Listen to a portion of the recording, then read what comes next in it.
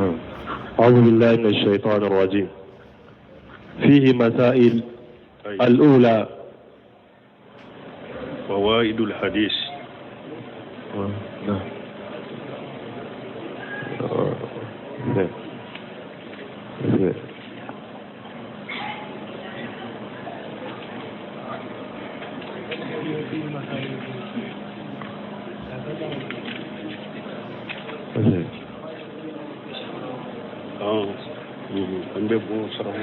السلام على نبينا محمد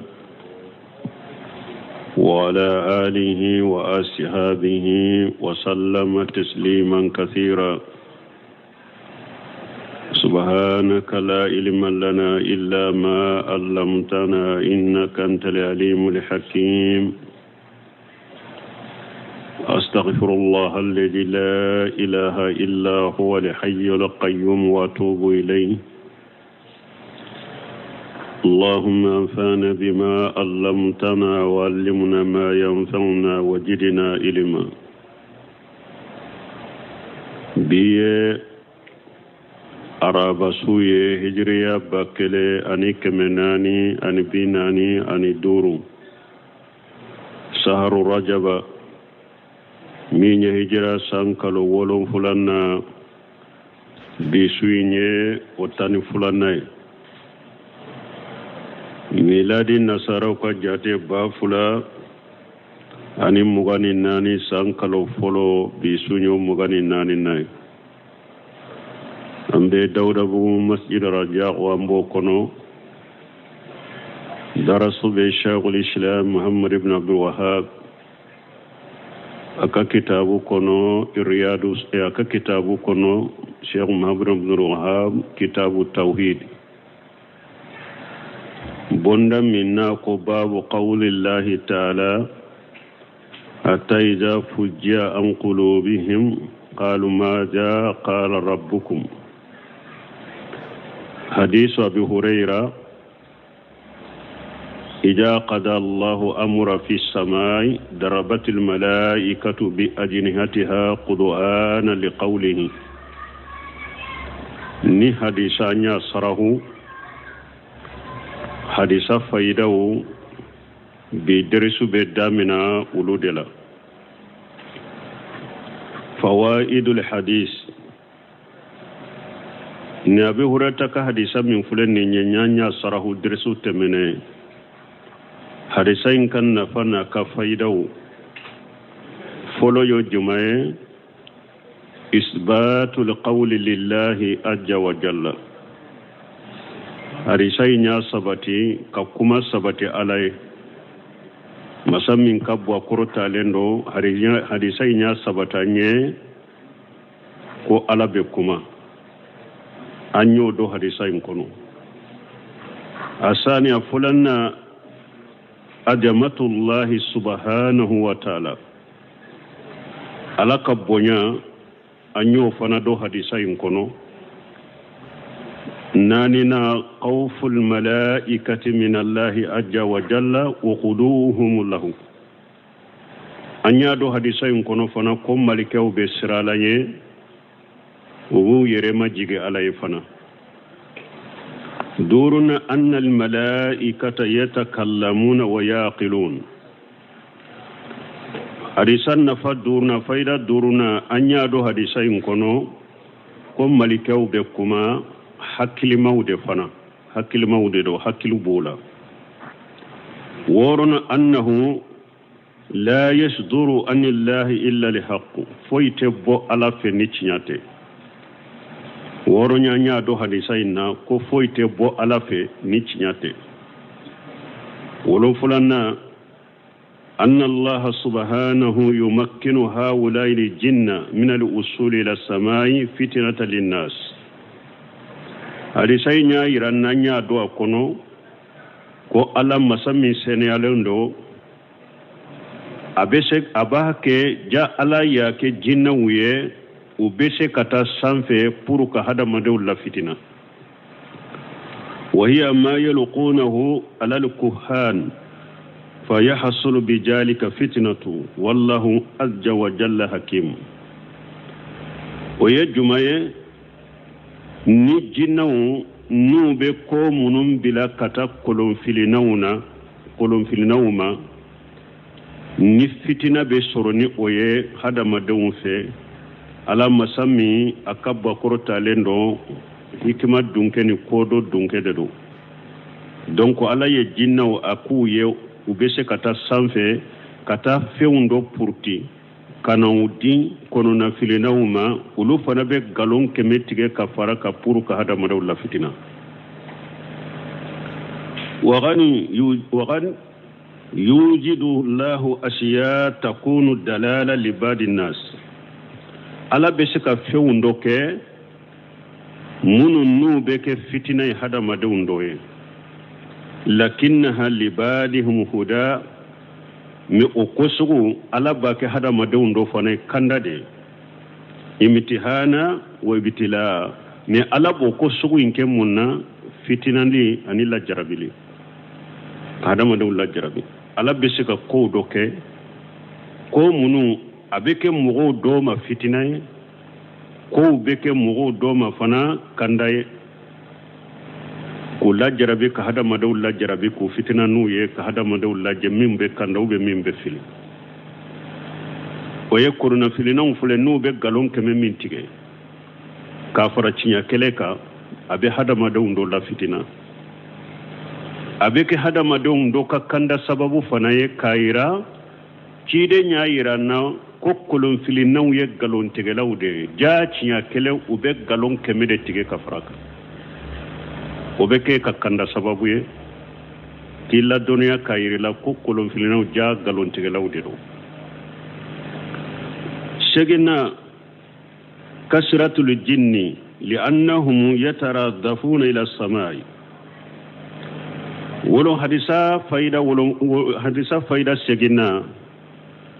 hadisai nya yiranna ko jinnaw kacca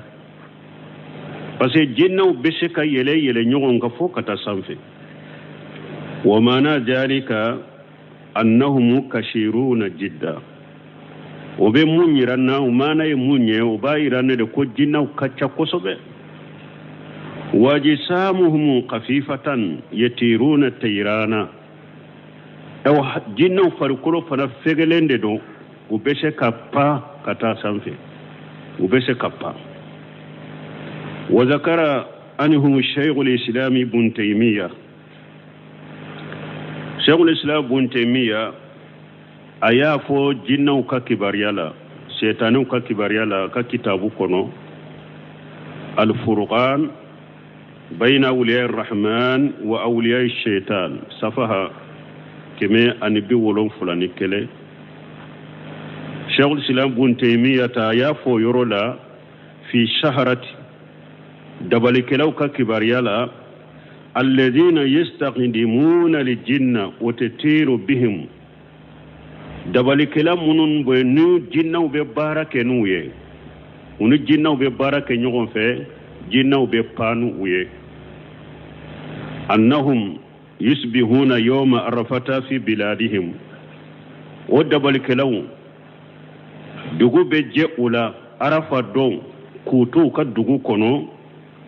o yaqifuna ma an-nas fi rafata me ubeta jo ka faramugo ka arafa kene ka fana wa haja mumkinu alana fi ta'irat buno semino ko sisa nimbese ka ke auntilela ni abiyounye abiyumbe auntilela dugu bese ka je ela arafa do ibese ka avion tay ka jamana la ibese ka ta fara arafa do donke ka arafa jo no fe antilela nimbese ka kene abiyoye lakin fi jalika liwaqti laysa hunaka ta'irat me buntemi nunu be nunu fo waqti me o yasoro min abiyonte fatahamiluhum as-sayatin شيطانو دي تنبي ودبل كلاوتا ويجعلون للناس المكانيس التي تكنس بها البيوت فرنا أبو أفو يرجم النبوات أكا كتابو دو أبن فو أكونو النبوات وجيجي فلو kata kemeni binani ni nani kata keme binani kemeni binani duru abo fo kono ni setane barakela sugu nin dabali kelaw mogo be furanna minde nu be so furanaye ubo o furanna de ta wa yaqulu ana arkamu المكنسة وأتير بها إلى مكة فيفعلون حاجة وبي لفرنا دكا كفرنا بباني أولوية كتم مكة دبل كلاو تنبين نينك كاكرو فرنا كلا من نسو بفرنا يدي وبود يرمغولا كاير فرنا إنكا كفرنا دي بباني عليه كتم مكة وتنبين نينك كاكرو دبل كلاو abe komi na setane barakelaw do beta tapida jika ko lube sigi jika ulube jo jika ulube salle jika setane udedo wa shaykhul islam ibn taymiya yaqulu inna haulai kajabatu akum munu fuleka nin kuma fo ko galon tigelaw dedo o mustaqdimuna lisayatin ko setane ude bube setane ude baranyonya konno ba fo ko lube pa ko furana de be pani ulu ye katam makangalondo de setane ude do setane ude de be panu ye o yushiuna hatta min nahiyati ilmiyati awa ako hari ewa doni yere famfelala fana ubake kamminke ko jugudo hari doni famfelala munna li'annahum yamurruna bil miqati wa la yuharrimuna minhu hari doni famfelala nu ko arafa do lube bo ukadugula ube su ukadugula sogoma ube wule ube tajjo arafa kafara arafa dunkeuka shetane barakilawde de kele fulanna hari sariya fanala ko jugu kelawde parce que ube teme miqati ka uten namuta ube teme miqati uka uten namuta miqatula ube ta arafa direti hari doni yere fanfera la ko jugu kelawde do hiju kelawte donc cheikhul islam ibn taymiya ninfo nin tumbe ye folo mogo do abu kalla dana ni dugu jera do arafa do awa ba fo ko ale beta arafa o yoronin kila beta arafa fana ka arafa joli ke ni arafa joli banna abena fana nana aba fo karasa nyaka karasa hari ado na ye samba munun dama ko aku samma kabusa bunanuye setane barakelaw tumbe ninte Cheikh Islam ibn Taymiya aya fo ka kitabu al-Furqan awa be haraka majmu fatawa fanande lakaya o fana kono ndel laka fo ya kateme nkon ka chokoroba de laka nyuna baro fonye o ya soro nema Cheikh Islam ibn Taymiya ka kitabu muraja fondo nu ka muraja lila nana ka kumala kono komi usemunu fule kata chokomi ako chokoroba do de tumbe ibn Taymiya yimmin fo ni dugu jera arafa do akalla da sangusa abe sare jamama sufela la ewa ko samba min be min bolo iba nati sini beta arafa bebi ka samba nati ka dama fana abeta arafa fana ado ka sagi kana o donkele ni arafa joli bana karasanye ika karasaye ani samba ubena fana tumami sana ka fatu aya den folo wele ja jinna setane togo do de do abe yiridu aya yiridu chogo fo denye ka bara in chogo fo denye ma to amafo afatu len ko fe arafa don shele asu aw mogona nama ukunna yasro yi fabo uka fa ka bara bi bolo nin suina nyogona ifa be sare ambanka samba udama ni dugu jera beta arafa ani beka samba bena fana ako ayaka samba fara nyogon ka ko nati yu fara nyogon ka kana unanu udama faye togo yin faye chogomi akache somi mbe na ba iridu nka kono ka bara nka kono de indonai ka togo ngiridu ke abebo min kalama nyame belebele ba ode bora kajwa koro aye nyame nunjuru mina kasama kabo dugu kono nyame mbirila ko abe yelaka ako abe yele nyamen ka nyamen ko ay atekete de ibe sujudi de bigne folo ibe sujudi de bigne ni sujudi benne ibe yelenka ne fana be paniye katamaka nete hada madenya koy nete nyamete ne jinna de ne setane de ni fatumbe barake nyogo fe o cogo de la abe sujudi de binne folo wala abe yelenka be panaye betana arafa denko nete sujudi de foye nete sujudi bi foye ni ala kelempewte nyame tununala ayen nin fo yoro mi dro nyame tununala dugu jele ko dugu mo ma ko na ka sambauta mfa sara mushrikiyaka ka femure bato ka fara alaka mfa sara odeka ayena ka sambauta ne ka chokro wadella kan nimbaro fo ya mena fo nyire nana ye shaykhul islam bunte me ka kitabu kono komi useminu fule ka ta ka fanye chogomi amoro be hari sisa ado munum ba fo kulu be shigi jikaw be tama jika tayma kola de abe shetane bara unu shetane de be bara ke nyom fe et puis shetane inta ku ye fu fana de abu bila kafiri bara ni mushrikiya bara bere bere ba do de la nu ulu yo ke wati mi de shetane fana be nin ku ye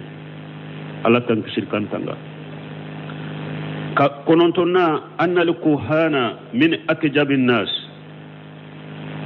anyado hadisa ka faida wala hadisa in kono ko kolon filinaw de galon tigelay kateme beka hadama dembe kolon filinaw de galon tigelay kateme hadama dembe ka wali haja ninde koso yudifuna ila ma sami'u kajibatin kathiratan yudilluna biha nas ninde koso nu yecinya kelemi mekka bo sanfe ube galon chaman de tige ka faraka furuka mo fili wayatawassaluna biha ila batilihim nube sheni oye nube kes obe ke sababe kula she ukangaloma uba fe ka galominke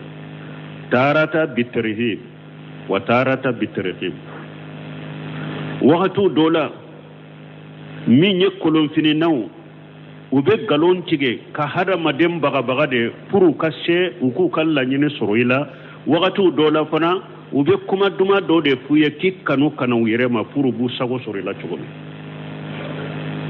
dabal kelaw kono filina bo chogo de la re wakati dola ube do baga de pour e kashe ka daula unu sago soroila ado ne nana sigu korodoro o shetane bara munum babula ka korosu munum babula bu bila nya korote abi nyaw dabali saharu ayunan nas shihru taghyili abi nyaw dabali na ya ka korosu bila dro korosu mbeke saye nya koro esirana ebe sira nyede sisa na ko fengo fe be daula obe ado be dugu kolo gosite isigile sebe pakabo esirana hakili chinyana na ye fengo fen fo sisa eta nyanyini e koni be ala delile dro nkatila ni nankase ka bo akoro basa ye ka hakili chinya ni do fana be abil ko do ke kila kanu ni na sisa na ya do ye natabani wori kanu bagade abe wori chamande bo inye koro setani barakela delo ka wori chaman bo inye koro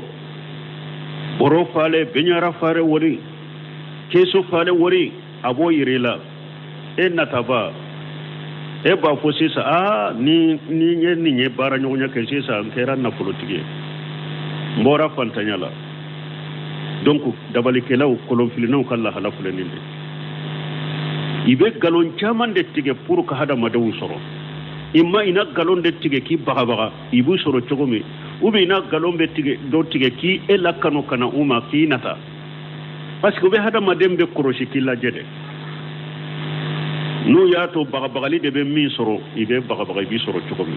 no bado natali de be min soro ube ela nata ubu soro chogomi kanya kono sataqumu alqiyamatu yawman kaja wa kaja ويجري عليك كجا من موت أو سرقة مال أو نحو ذلك مسوين بغبغلي مثاليا أيوفو أكون مثاليا لا وبافو سيسا ونندوم سنا جيابي ولي نندوم سنا جيابي ولي وبي كرسا برama eni saya manja eka lajali surunyana eka sumaya asurunyana nuyo fuye mana ko ateme ko besa uba fo besa ube uba fo sisa kibaga baga ko do bi no fe kanna folo ba ikanna folo do be na sunya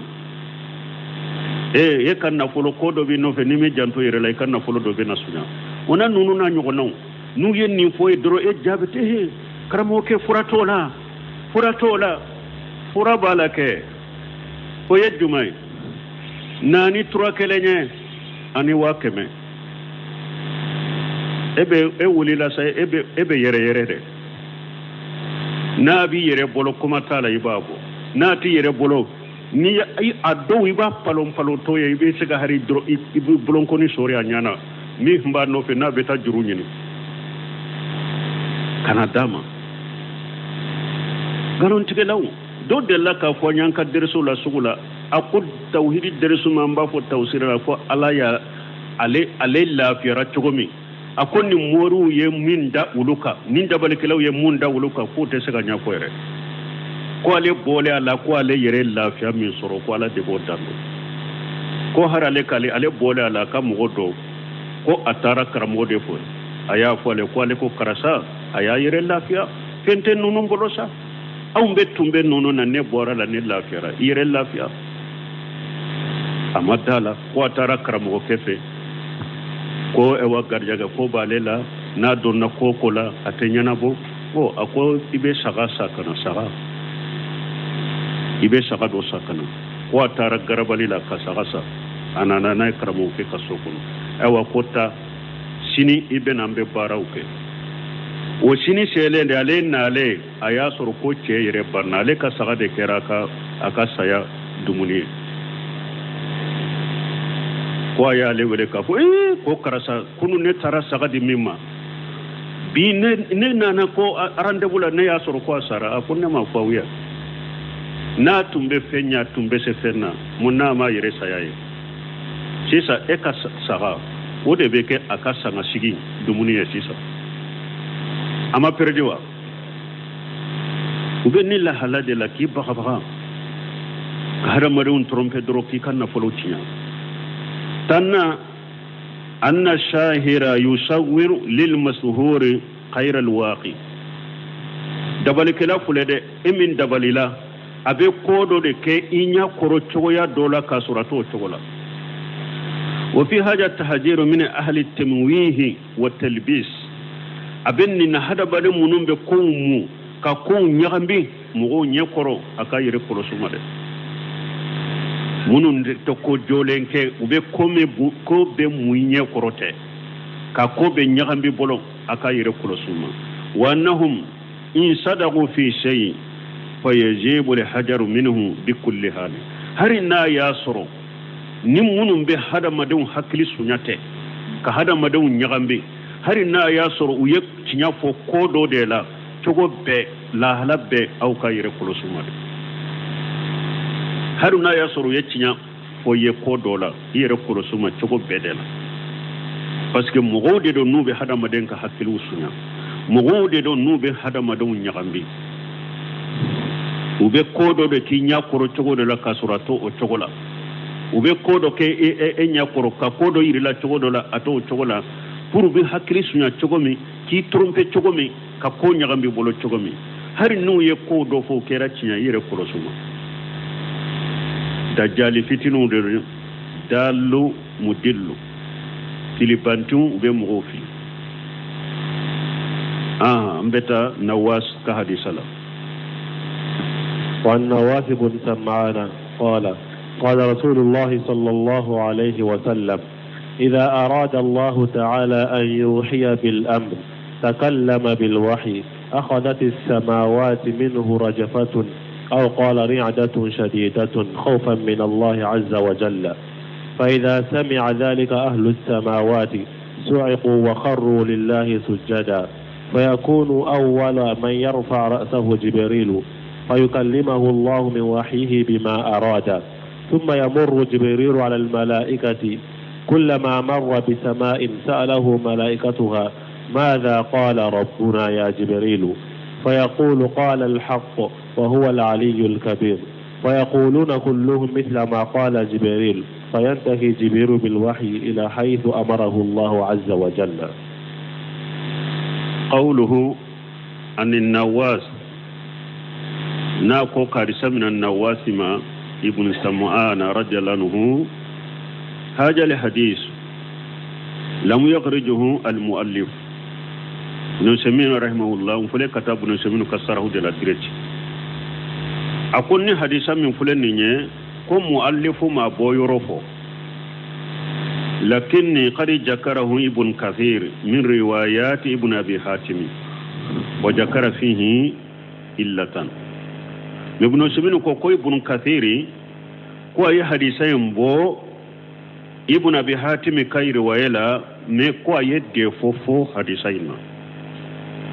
وهي أن في سنده الوليد بن مسلم. أكوني حديث السند بن كثير كوني حديث السند كو وليد بن مسلم با سند كنو وهو مدلس دو عند لك مدلس فو كتمه،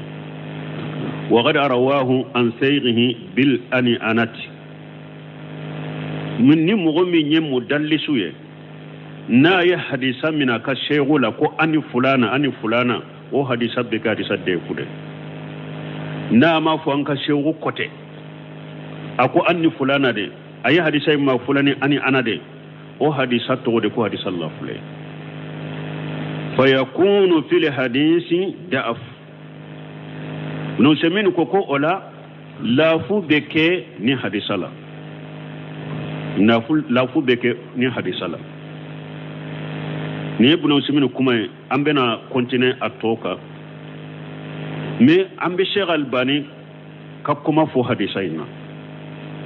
akhrajahu ibn Abi Asim fi sunna wa dafahu al-allamatu Albani fi jilal al-janna. ni hadisa min fulen ni ibn Abi Asim ya bo ka kitabu kono fi sunna jijo duruna min bi duru ani kononto wadafahu al-allamatu Albani fi jilal al-janna. kitabu dobe jilal al-janna Albani ya tagiriju ke Albani hadisain de fuye jiju duruna safaha duruna Albani ni hadisat de fuwa ko hadis Allah fulendo ambe continue ibn Usaymin ka kumala ako fa yakunu fil hadisi da'af أكون حديث الله فبيه إلى فبك على إلا أنه قد أروى مسلم أكون مسلم حديثين أيام فلالك وأحمد من حديث ابن عباس حديثا يكون شاهدا له ونسميه كل لا فبيه ني حديث لا نواسك حديثا كون لا فبيه يرالا لا فبيه لا أكون مسلم حديث ورنات أني أحمد kaboy buna basa bolo ko hadisa beke shereye hadisayni haythu akhbar anna Allah ja takallam bil wahyi muslimu ya ko hadisala ani ahmada buna baska hadisa kunni alakum nani wahawiye shamiyahu hamalatul ars malikiya munum bil larishita ube kuma yimme fasabbahu ube subhanallahi fo summa samiyahu ahlu kulli samai o kofi sankaba be o dunken malikaw be kuma yimme fa yusabbihuna u be sumala foke kama sabbaha ahlus samai sabiati komi sankaba wolon fulan malikaw ye sumala fo chokomi hatta yasila ila samai dunya fokata kuma illase dinya sankaba yimma fa taqtafuhu li jinnu aw sayatin jinna ba kuma impurti u be setanu be kuma impurti be jiginay muslimu ya hadisa mimbo ani ahmada kaboy buna basa bolo buna Usaymin ko oyenninde mana kunni hadisa o beke hadisa min bambolo na wasu ko hadisa le yere la fulendo la fubale yere sanadula ko men ni hadisa be kama sahibu wa haja وإن لم يكن فيه ذكر رجفة السماء بنا بس كهدي سامي فلنيني هرنا يسر سانكبا يري تولا بس سانكبا يري وبين نواسي كهدي سلام هرنا يسر تني حديثا كنو أوي سجودي وبين ملكاو كسجود بين نواسي كهدي سكنو هرنا ما يني حديثا كنو لكن يدل على أن الله أسلا mais buna baska hadisa in koni beddelu layranna konni hadisa nawasika hadisa kulle siri bala wala ambedo hadisa inna qawluhu ja arada an yuhiya bil amri ay bisani ni ala ya Allah nyini ko abe wahauci ko dola bil amri yode bisani ni ala ya Allah nyini ko abe wahauci ko dola qawluhu takallama bil wahyi abe hadisayin kono ko ala be kumani wahawinye jumlatun saratiyatu taqtadi ta'akhur al-masrut an sarati faliradatu sabiqatu wal kalamu lahiq mana la nyini folo de beke o ko fe kuma imbena fayakunu fiha raddu ala al-asairati ala al-asairati alladhina yaquluna inna allaha la yatakallamu bi iradati donc ni ñoruni beke araduye ale ashaira ko alale asaira ka fo alate kumani la ñini ale asaira ko alate kumani la ñini ni hadisa ñorobe aradu kaka parce que ko ija arada hadisa ñara ko ni ala yalla ñini la ñini de beke folo o ko fe kuma bena ni nya araduye ale asaira ka wa inna kalamahu ajaliyun kasamui wal basari hadisai mbaira minye ali ashariya wuye uko alaka kuma ko ajaliya de do mana mankutu de do ko abe alala depuis gale de comme ni alay meni masay togomi na be yeli ke togomi ko kuma yin fana bo togolo da ko mate comme ni ala ya Allah nyini ko abe kuma ko kuma nyi mankutu de do abe alala comme e wa meni togo comme yeli togo donc ni hadisa ya araduku ka fo alaka kuma na ya Allah nyini wakati mi abe kuma de fa fihi isbatul kalam al hadis abe hadisa yin kono ko alabe kuma ke kuma kura na ni kuma ko do nana ko kura do nana alabe kuma ke kuma kura ka sura ni kurlente kele wala yanqusu kamalullah ija qulina innahu yatakallamu bima sa kayfa sa mata sa ko ninti alaka nagashi rawo nan ko alabe kuma ni fenye minyajia chogo minyajia wakati minyajia oten nagashi kata alama bal haja sifatun kamali bal oyet ewa dafali mankutu yerede obayira ninye dafali mankutu yerede ko alat dafalendo لكن النقص أن يقال إنه لا يتكلم بحرف وصوت من نغشي الجمعة إيه ألا نغشي يرو جمعة نيكو ألا تكمني حرفوه ألا تكمني كنيه إنما الكلام مانا قائم بنفسه إيكو ألا كما مانا دو درو أجولين بألا لمي أتكما إيه ألا نغشي نندلا من نيكو ألا بكما نفني من ياجيا alabe kuma chogo minyajia alabe kuma wakati minyajia ninye dafale de alama ni ko de alate kuma ye mana de na jolembe alala drome ate komi ni alabe kuma ni harafu ni kanye ye ala nagasinindela komi mimbe ala ashare goro qawluhu agajati samawati minhu rajfatu na ko sankaba be yere samawati maf'ulun bihi جمع مؤنث سالم وملحق به فيكون منصوبا بالكسرة ورجفة فاعل معنى سنكبين بمينك معنى أبي يري قوله أو قال رعدة شديدة وبيكو سنكبا ببتر كمبادوك سكو من الراوي nunu fulala minya hadisa ma fulali de shikara yala ko sankaba be yere de wa ube ko sankaba be kamba de bo irwa tigide wode shikara wa inna ma tughaju samawati rajfatun wara aw raidatun sankaba be yere munna ube sankaba mankambo munna li'annahu subhanahu ajimu parce que ala masami selande ala kabode yaqafuhu kullu shay himbe be sira alanye hatta samawati allati laysa fiha uruhu hari sankaba wulun fula min ninnin to da be sira alanye